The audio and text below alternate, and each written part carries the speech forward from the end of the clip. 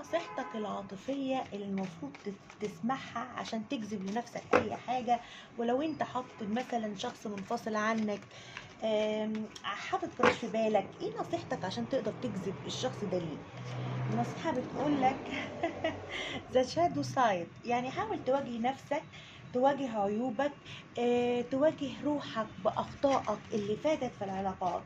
يعني انت لو حد مثلا كريم جدا معطاء، كل ما بتدخل علاقة بتدي فيها اكتر ما بتاخد، حاول ان انت تواجه الحاجة الظلامية اللي انت محتاج تشتغل عليها في علاقتك العاطفية. شوف ايه اللي انت كنت بتعمله زمان وسبب لك فقدان الاشخاص من حياتك، او ان هم بيتركوك او بيسيبوك او بينفصلوا عنك باي شكل من الاشكال. وحاول تواجه نفسك انك تتخلص من الحتة دي يا صديقي. نصيحتك ايه تاني؟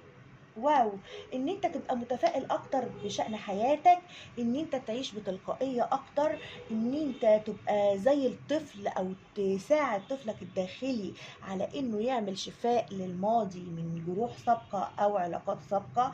كمان حاول ان انت تعيش بمرح، تعيش بايجابية، تعيش بتفاؤل، تشع كده طاقة ايجابية وتشتغل على روحك جدا من نظرتك وافكارك.